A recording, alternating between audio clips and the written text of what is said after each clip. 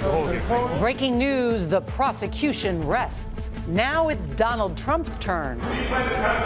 Tonight, the bombshell moment in the so-called hush money trial. Michael Cohen admits to stealing tens of thousands of dollars from the Trump Organization. They have no case, they have no crime. What does the revelation from the star witness mean for the state's case? The CBS Evening News starts now.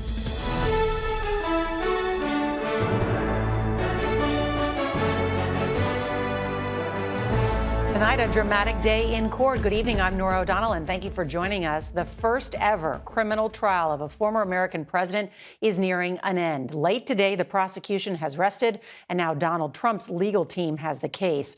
Closing arguments could begin in about a week, and then the former president's fate will be in the hands of a jury. Witnesses on the stand today made for what some experts are describing as a wild day.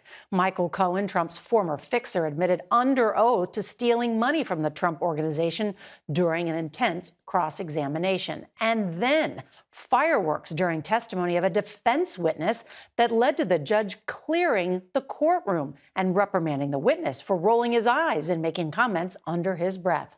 Well, there's still one big question tonight. Will Donald Trump take the stand in his own defense? Here's CBS's Robert Costa, who was inside the courthouse. Michael Cohen has already had his credibility challenged, and then came today's admission that he stole tens of thousands of dollars from Donald Trump and his company. Cohen testified that in 2017, the Trump Organization owed a technology company $50,000. And that he paid them about $20,000 in cash in a brown paper bag, but kept the rest. You stole from the Trump Organization, right? Asked Trump attorney Todd Blanche. Yes, sir, Cohen said. Michael Cohen has admitted to stealing from the Trump Organization. Does it matter for this case? It may matter a lot to some juror, and it may matter not at all to others. Michael Cohen is such a proven liar that why would it surprise us that he's also a thief? Cohen defended his actions, saying he was angry his bonus had been cut and felt he was owed the money. I just felt like it was almost self-help, he said. Cohen is the sole witness to directly link Trump to the hush money payments made to adult film star Stormy Daniels, which are at the heart of the case. Trump has been charged with falsifying business records to conceal the transactions. They paid a legal expense and they marked it legal expense. Blanche cast Cohen as someone who used Trump's name to enrich himself, earning about $4 million from books and podcasts, and even discussing a TV show about himself called The Fixer. I have fixed things, but I am no longer your fixer, Mr. Trump.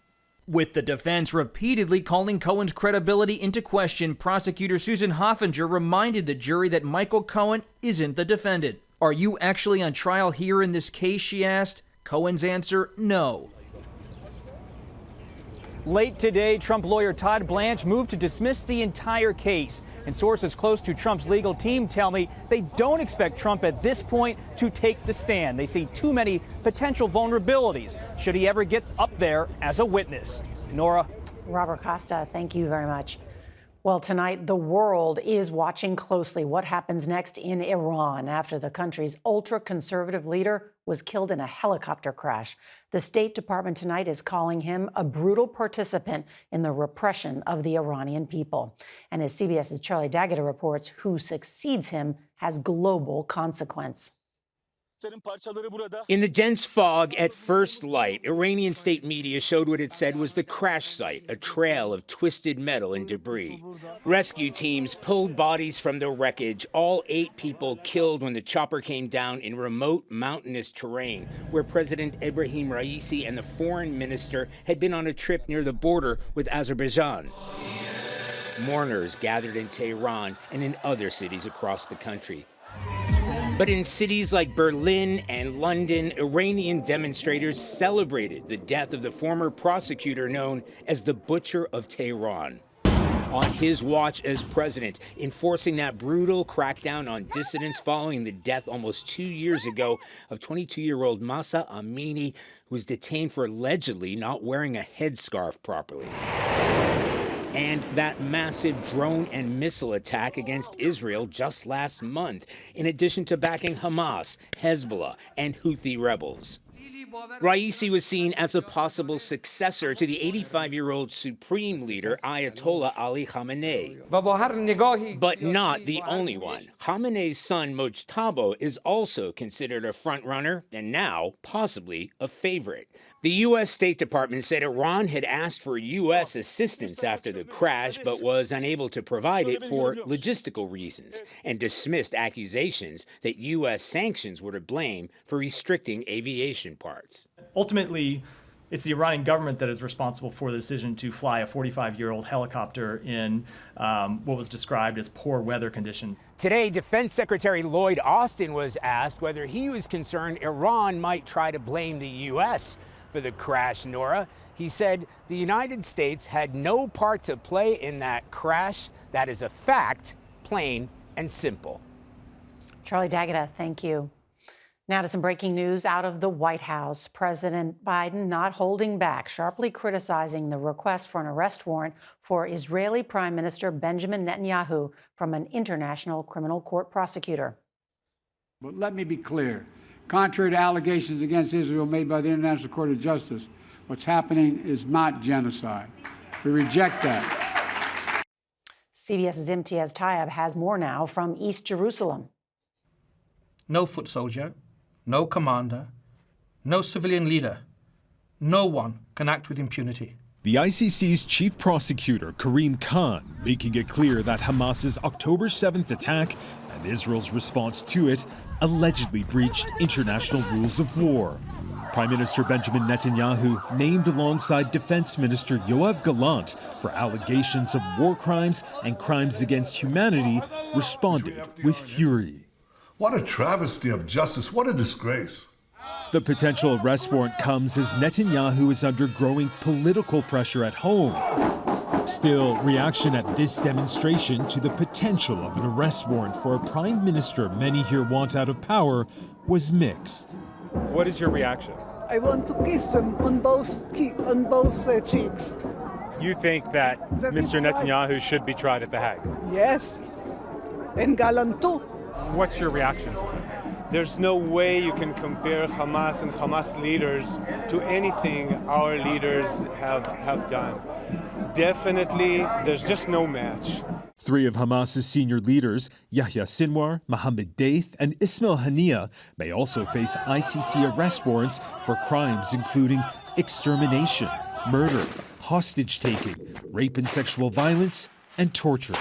Prominent human rights lawyer Amal Clooney also announced she was part of a panel of legal experts that recommended the arrest warrants. Neither the U.S. nor Israel recognize the ICC's authority, but just like Vladimir Putin for his actions in Ukraine, Netanyahu could have a warrant out for his arrest in more than 100 countries.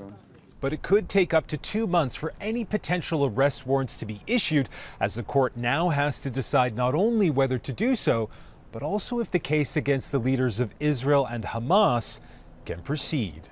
Nora. Imtiaz Tayeb, thank you very much.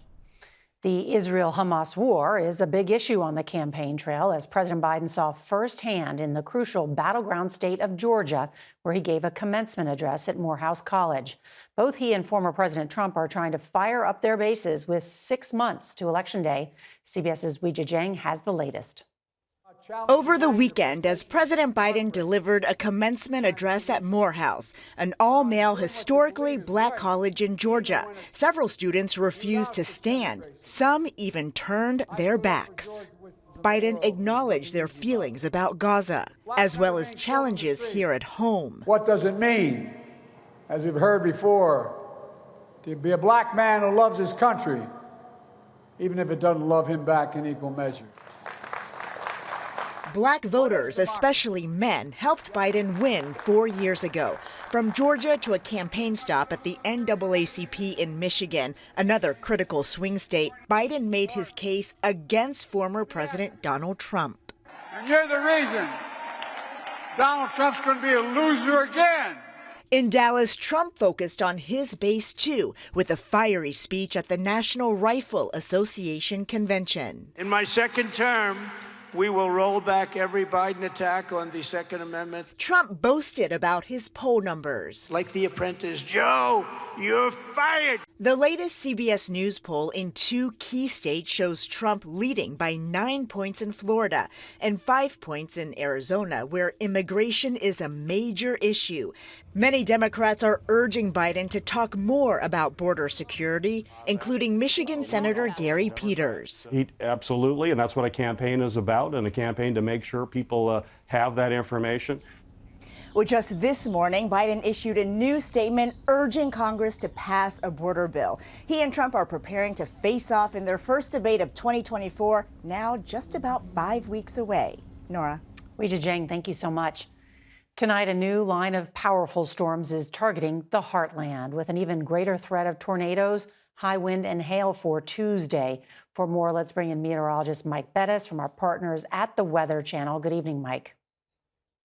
Nora, good evening. We are staring down a multi-day severe weather threat across the plains and the Midwest. This is the area on Tuesday to watch, especially there along I-80, Des Moines over toward the Quad Cities, but large areas could be affected. We'll have some pretty strong low-level winds and upper-level winds. Really what that will lead to is a straight-line wind event, especially as the system unfolds tomorrow. Also watching for winds that could be 75 miles per hour or greater. Hurricane-force winds could be possible from these storms. We'll have a lot of storms in the morning, and the flood risk will definitely be prevalent, but then more storms through the afternoon as the whole system races through the upper Midwest. And look at that big squall line that forms for us here that stretches from the Great Lakes all the way down through the Mid-South. As I alluded to, Nor, because so much heavy rain is coming out of this storm system, we're definitely going to watch for flooding from the Midwest all the way down through Fort Smith, Arkansas.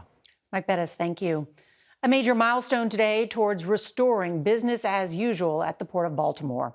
This time-lapse video shows the massive cargo ship that brought down the Francis Scott Key Bridge nearly 8 weeks ago being towed into port. The front of the ship still holds large pieces of steel and concrete from the accident. The crew, mostly from India, remains stuck aboard the ship, many with expired visas. Now to our historic interview with Pope Francis, where we discussed a wide range of issues impacting the world. You saw some of it on last night's 60 Minutes, including his views on the war in Gaza, migrants, and same-sex couples. Tonight, we'll have much more with the Pope in a 1-hour special, including one topic he's been very outspoken about, climate change. How worried are you about climate change? Lamentablemente, hemos llegado a un punto. Unfortunately, we have gotten to a point of no return. It's sad, but that's what it is. Global warming is a serious problem. Climate change at this moment is a road to death. A road to death, eh? And it is an artificial climate change, no? Something provoked, not the normal climate change, right? You have placed blame on wealthy countries. In great measure, yes, because they are the ones that have more of an economy and an energy based on fossil fuels that are creating the situation, right? They are the countries that can make the most difference, given their industry and all, aren't they? But it is very difficult to create an awareness of this. They hold a conference, everybody is in agreement, they all sign, bye-bye. And then bye-bye. But we have to be very clear. Global warming is alarming. And you can watch more of our extensive interview with Pope Francis. That's tonight at 10, 9 Central, right here on CBS and streaming on Paramount+. Once America's favorite seafood chain, Red Lobster, files for bankruptcy protection. We've got the details next. America's largest seafood restaurant chain, Red Lobster, is in a serious financial pinch and filing for bankruptcy protection. CBS's Nikki Batiste reports on why the once popular chain has struggled to reel in customers. Live Maine lobster, just the way you like it. After a 56-year cultural climb, Red Lobster for the seafood lover in you. Seafood giant Red Lobster is having trouble staying afloat. Hopefully they'll just reorganize and they'll be back on their feet soon. The casual dining hotspot has struggled since the pandemic. It's lost 30% of its customers and has had at least 4 CEOs in the last 5 years. Ultimate Endless Shrimp is here. Also, an attempt to lure more customers in with $20 endless shrimp backfired, costing the company $11 million. Diners would share their tallies on social media. 61. Wow. If you're a shrimp lover, It's a pretty good deal. I set a new record at my local Red Lobster. In its bankruptcy filing, Red Lobster blamed failed or ill-advised strategic initiatives and increased competition within the restaurant industry. Red Lobster's downfall comes at a time when eating out is more expensive than ever, with restaurant prices climbing higher and faster than grocery costs. In an effort to bring back inflation-weary consumers, McDonald's is planning to offer a $5 meal this summer, and Target has dropped prices on 5,000 items. If you're in the business of luring people in to kind of have a little splurge, these are not the times where people feel like they can splurge. There are about 550 restaurants across the U.S. So far, at least 93 have closed. Red Lobster says it hopes to keep open as many locations as possible through the bankruptcy process. Nora? All right, Nikki Batiste outside of Red Lobster. Thank you. Is climate change to blame for putting the lives of California birds at risk? CBS's Carter Evans investigates. If these pelicans weren't in this wildlife rehab center, they might not survive in the wild. Not because they're sick, because they're starving. And scientists are trying to understand why. The story's coming up. Now to a mystery along the California coast. One of America's most beloved seabirds, the pelican, is struggling to survive, and nobody knows why. In tonight's Climate Watch, CBS's Carter Evans looks at the problem and the people trying to help. It shouldn't be this easy to catch a pelican, but these birds are weak because they're starving. He's just skin and bone, this guy. Over the last month, pelican rescue volunteer Zoli Teglis has captured a growing number of hungry birds in Southern California. I'm like the ambulance, the first line EMT. He brings the weakest ones to the Wetlands and Wildlife Center. We have become Camp Pelican. Executive Director Debbie McGuire showed us the triage inside, with pelican patients packed in tents and crates. Around this time of year, how many pelicans would you normally have? Maybe a dozen. How many do you have now? 99. Up and down the coast of California, brown pelicans are coming into rescue centers emaciated and dying. We're not seeing any symptoms of illness. Just starvation, says veterinarian Elizabeth Wood, but many do have this in common. Oh my gosh, that's a lot of hooks, my friend. Look at all those hooks. They're getting closer to fishing boats, they're getting closer to fishing hooks, they're getting desperate. Pelicans can only dive down about 6 feet to catch small fish. There's plenty of bait fish out there in the ocean right now, but for some reason when they dive, they're coming up empty. One theory, rough weather conditions might be causing the fish to swim too deep. They are really hungry. The recovering pelicans are ravenous. Here they eat about 500 pounds a day. $45 per bird per day, so about $4,500 a day just for the pelicans. We don't know what's happening out there and whether it's just going to happen again if we release them. That could mean long-term care until there's an answer or the money runs out. Carter Evans, CBS News, Huntington Beach, California. Dramatic video shows a man being lifted to safety after he was thrown from his car when it went off a cliff in Northern California. Officials say the man was found several hundred feet below his car on Sunday morning. A rescue helicopter was sent to the scene after the driver's automatic crash notification system reported the wreck. And listen to this, he is expected to survive. Heart of America is next with gymnastics superstar Simone Biles striking gold again. This portion of the CBS Evening News is sponsored by Teva.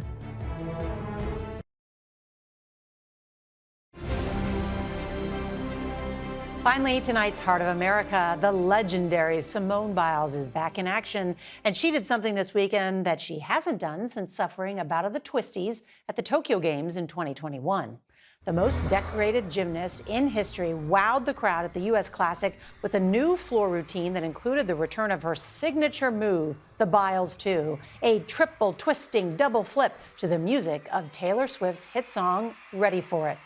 Biles dominated the field to win her 7th all-around title as she looks to regain the top spot on the podium at the Paris Games in July, and we will certainly be cheering her on every step, flip, and twist of the way. The incredible Simone Biles, she is tonight's Heart of America. And that's tonight's CBS Evening News. I'm Norah O'Donnell. Watch our special tonight. Good night.